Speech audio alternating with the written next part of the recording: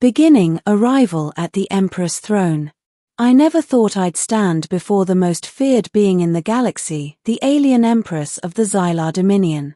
Her reputation was legendary, a ruler whose fury could obliterate planets, a strategist whose mind calculated the rise and fall of entire civilizations. And now, I was her target. It all began when my ship, the starbound Pioneer, was intercepted near the outer rim of the Xylar territory. One moment, I was charting unclaimed star systems, the next, a colossal vessel eclipsed the sun, black as obsidian, humming with energy that made my skin crawl. A voice resonated through the ship's comms. "Human. You are ordered to dock. Resistance is futile." I obeyed. What choice did I have? The second I entered the Xylar flagship, I realized I wasn't just facing any adversary. I was stepping into the heart of a predator's lair. The corridors glimmered with alien luminescence, walls alive with bioluminescent patterns. I felt eyes watching me, thousands of them, though I could see none. Then the doors to the throne chamber slid open. She was there. Taller than any human could comprehend, her form both elegant and terrifying. Her skin shimmered with a metallic violet hue, and her eyes were twin pools of molten starlight. She didn't speak at first, she merely stared, a predator assessing prey. Finally, she spoke, her voice low, commanding, vibrating through the floor itself. "Submit, human. Kneel. Or be crushed." I froze. I'd studied diplomacy, interstellar warfare, alien psychology, every manual, every historic encounter. Yet none of it prepared me for the weight of her presence. I did the only thing that seemed human. I smiled. The smile was small, almost imperceptible, but it carried something she hadn't expected: defiance. Middle, the clash of wills. Her eyes narrowed, twin lasers of judgment. "Do you comprehend the consequences of defiance? One movement against me, one incorrect thought, and your entire species could be annihilated." "I understand perfectly," I said, keeping my tone calm. "And I also understand something else: you underestimate humans. We survive because we adapt." A low hum vibrated the floor beneath my feet. The chamber expanded as if the ship itself was aware of the tension. The Empress circled me, her limbs moving with preternatural grace, armor reflecting the ethereal light. "You are bold. Foolishly bold," she hissed. "Yet, boldness alone will not save you." "Maybe not," I replied. "But sometimes a smile speaks louder than a fleet of warships." Her head tilted, curious. This small human dared to mock the will of the galaxy's most feared ruler? In all her centuries, she had never seen such audacity. A spark of intrigue ignited in her otherwise cold eyes. Then she did something unexpected.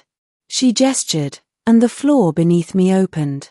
A pit of shimmering energy appeared, not a trap, exactly, but a test. "Leap," she commanded. "Show me your loyalty to your species. If you fall, your defiance ends here."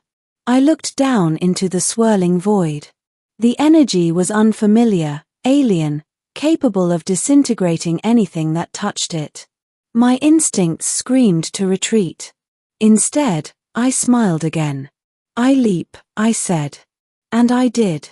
Somehow, some inexplicable force seemed to hold me, pushing me through the void rather than into it.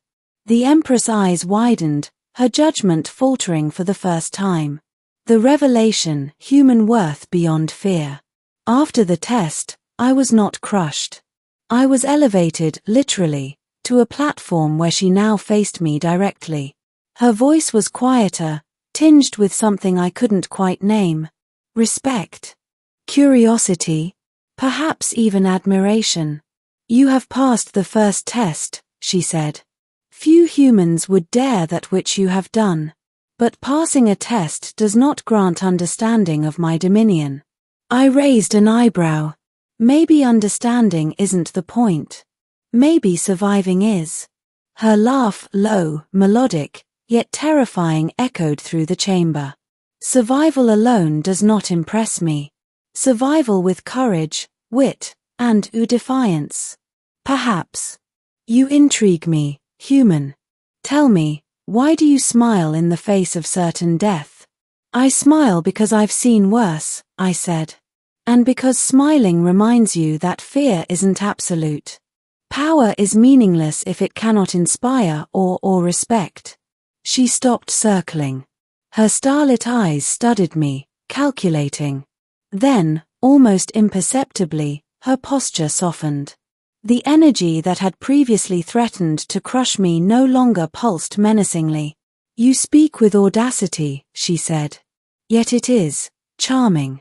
Dangerous, but charming. Climax, confrontation beyond words. Days passed. I remained on her ship, not as a prisoner, but as a guest of sorts, though never a comfortable one. Every encounter with the Empress was a battle of minds. Every conversation a duel. Every glance carried the potential for war. Then the real test came. A rebellion had ignited on one of the fringe planets, loyal to no one but the Dominion itself. She could have crushed it with a single strike. But she asked me to assist, not to lead, but to guide. What makes you think you can influence this? She asked, her voice as cold as the void of space. Because sometimes, fear alone cannot command loyalty, I replied. Sometimes, you need someone who isn't afraid to smile at the impossible. I joined her forces, using a mix of diplomacy and calculated risk. In the midst of battle, the Empress watched from orbit, analyzing my decisions, noting every movement. I could feel her judgment, but also something more, trust. We succeeded. The rebellion collapsed, not through sheer power, but through strategic cunning. The Empress descended to the battlefield herself, and for the first time, she did not speak a word of reprimand.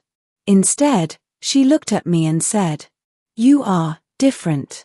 I underestimated you. Perhaps humanity is not as weak as I believed." I smiled again, ending respect and an uneasy alliance.